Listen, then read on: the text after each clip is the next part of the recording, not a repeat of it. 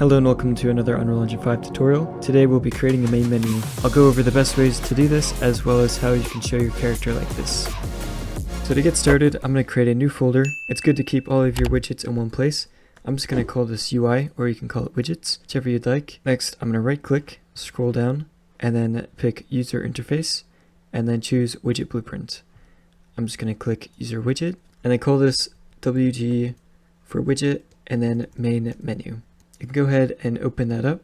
Now in Unreal Engine 4, there was already a canvas here, but in Unreal Engine 5, we have to add it manually. So just type in canvas panel, and then just drag that in, and then it'll be just like Unreal Engine 4. So the next thing I want to do is if you want to have an image in the back, you'll type image, drag that in, and then come up here to anchor, and choose this one so it's the entire screen. And then you'll just need to set these all to 0, and then you can come in here and select your image, or you can change the tint. I'm just going to rename this image to background, and then I'll come up here. You can see under common, there's button. You can either type it in or just select it right here. I'm going to drag this in to the canvas panel, and for mine, I'm just going to center it in the middle. I'm just going to zero out the position, and then I'll type text just to get some text for the button. And then for this one, I'll type play, and I also want to size to content. And then to make the button bigger, you want to select the text, go to font, you want to change the size right here. I'm also going to get a vertical box, that way I can line the widgets up and down since I'm doing a center home screen. So I'm just going to drag this button into here, and I'm also going to rename it to play button. In the vertex box, I'm going to click size to content and also change the Z order to 1 to make sure that it's in front of the background image. Also, select the vertical box and make sure the anchor is set to the middle. Next, I'm going to select the play button and then copy and paste that. In the middle, I'm going to call this options, and then the bottom one I'm going to call quit. Now the buttons are very close together. You may want that, but if you want them more separated, you can either get a spacer and then drag that between and then just change these values. Or another way you can do it is you select the button, go to padding, and then you can change the top and bottom. And now you can see that they're spaced apart even though there are no spacers. The buttons are all the same size, but if you wanted it to be with the text, you'd want to come over here and do center alignment, and then it will be like that. I'm just going to leave it this way, however, and I'm going to select the vertical box, and then I'm going to try and center this the best I can. And you can hover over this to get guides, so you can see that's pretty close. I'm also going to add a text, and I'm going to put that on the top, and I'll anchor it to the top, and then I'll just call this game, and that's where you would put the title of your game. Set the Z order to 1 and sized content. And then I'm also going to size this up. And then for this, you can use the arrow keys to, while hovering, to move this around. And then I'm also going to change the Y position just to move that down a little bit. Next, I'm going to style the button. So click on it. I'm going to start with normal. Go to outline settings. Right now it's set as rounded box. So we can just slide this, and you can see that it's changing over here. You can make it really big or very subtle. I'm going to keep it like that at 18. And then I'm just going to copy that and paste that to all of them. And now you can see that they're all rounded. For the tint, I'm going to make it kind of a blue color. And then the outline settings, if you wanted to change that, you could make it thicker or wider. And if you wanted to have it this thickness, you can see that it's cutting through the text. So you can also come over here, padding, go to top, 10, and 10. And then you can see that it fits much better. For the outline setting, I'm just going to copy and then paste. And then I'm just going to make it a little bit lighter.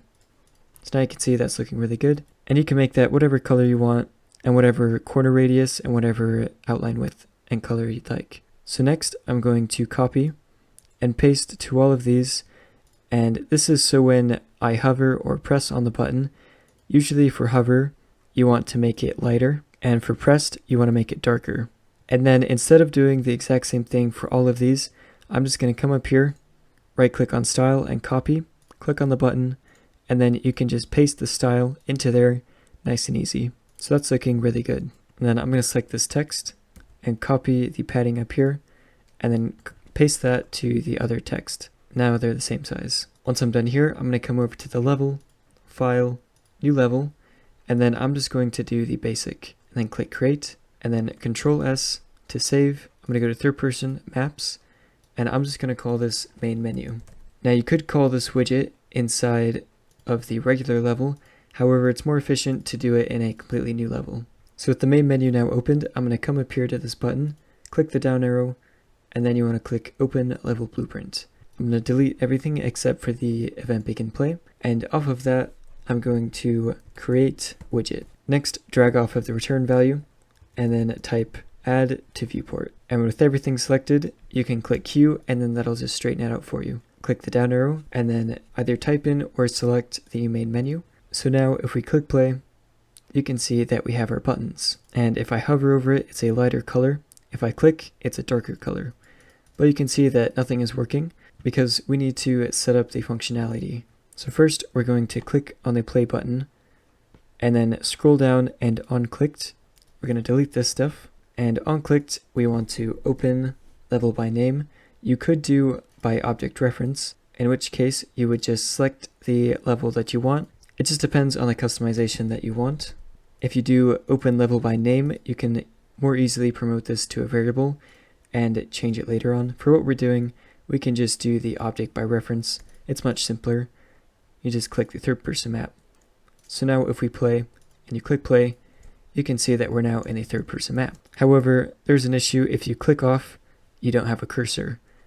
So what we need to do is get event construct.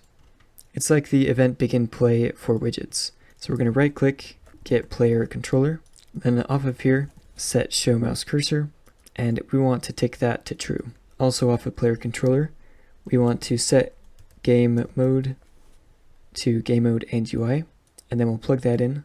We actually want to copy this, drag out some space from the play button, and then paste, and then we'll just plug that in there, and untick show mouse cursor, and drag off of get player controller, and set game mode to game mode only. And then click control, and just drag the pins into here, and then delete that. This just ensures that the mouse cursor will not be showing. It shouldn't anyway since we're loading it to a new level, but just to be safe. So we compile, play, and now you can see that if we click off, the mouse cursor stays, and if we click the play button, it's all working great. Next, I want to come to the designer and click on options, and I'm going to rename this to options button, and then on the quit, I'm going to rename this to quit button.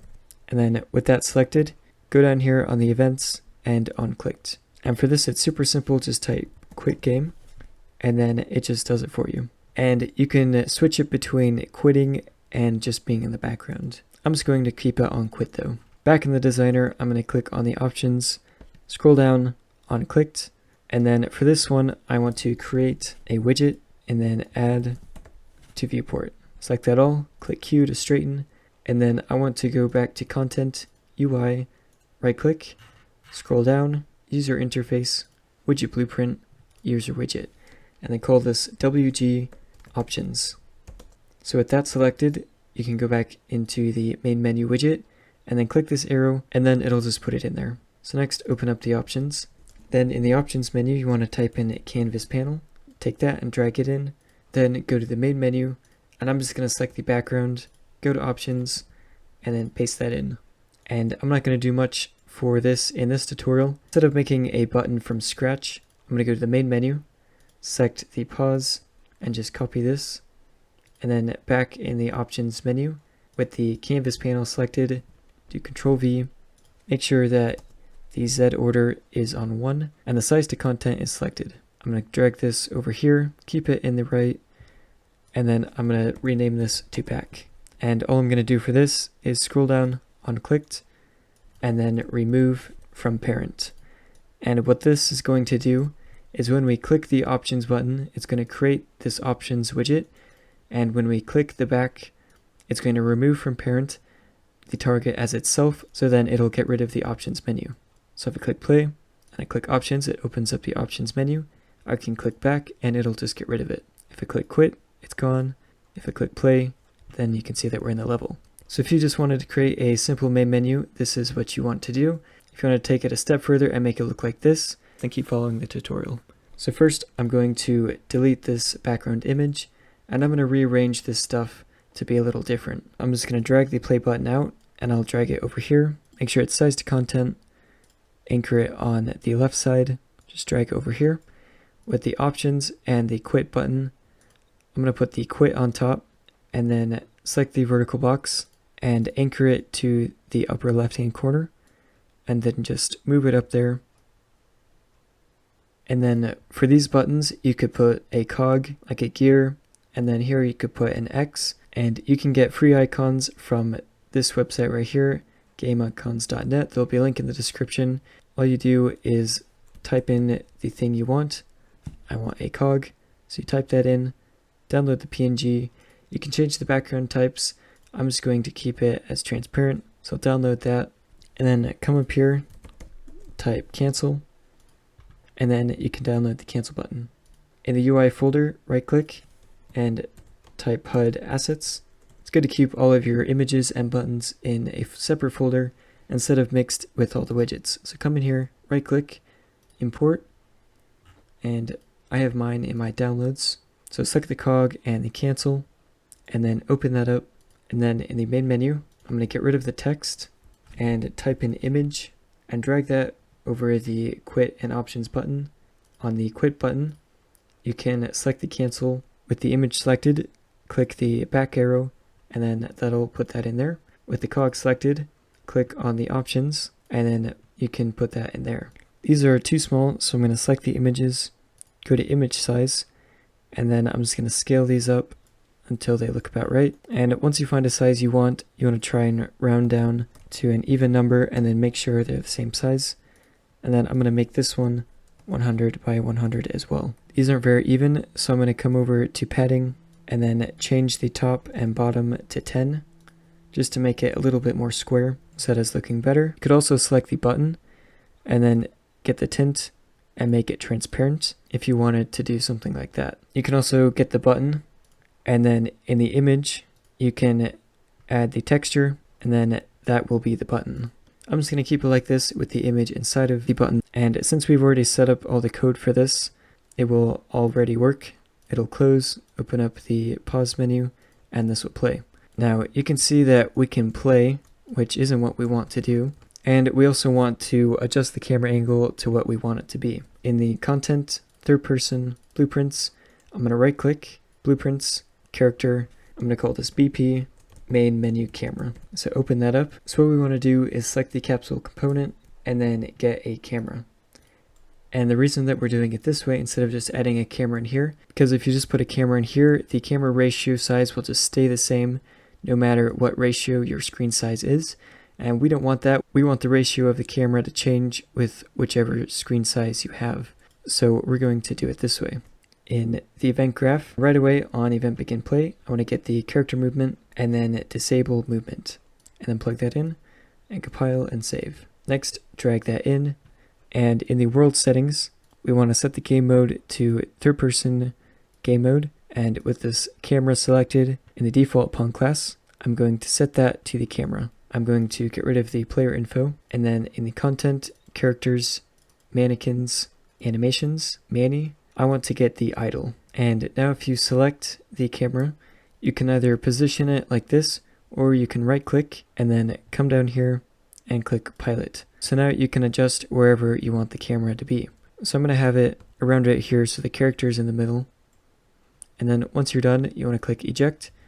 And now you can see that the camera is in the right spot. If you click play, you can see that it's not working. So you want to click on the camera and then type in possess, and over in auto possess, you want to change that to player 0. And now if you play, you can see that we're looking through the camera. And now whatever size we change the screen to be, the player camera in the scene will adjust to that same ratio. So once you've done that, you can go ahead and create a background just to make it look a little better. Obviously for your game, you want to make it a lot better. But now you can see that we have a main menu, we can close out of it, and we can also go to our settings, and we can also play. However, you can see that when we play, we can't do anything. So we're going to go to content, third person, maps, and then the third person map. Over here, we want to change the main person camera to PP character, and then we want to open up the main menu map up again. And you can see that changes, and I forgot to do one thing. We need to come over here to game mode, and you might need to drag it over, click the browse to content, and we just want to copy and paste this and call it BP main menu game mode. And then we want to click the arrow with that selected so it's in there. And then we'll just change this to our main menu camera. So now if we go back to the maps, the third person map, you can see that it stays the third person character because it's a different game mode. So in the main menu level, so now if we click play and then click play again, we are in our level and we can play as our character. If you want to learn one more thing before we end, stick around. We're going to go to the main menu and the settings on clicked. And then over here, we also want to remove from parent. And then in the options, I'm going to rename this to back button and scroll down on clicked, which you already have. Make sure there's space between here and then just copy and paste this, except change this to the main menu. Next, get rid of the background. And then I'm just going to add some text so you can see what it looks like.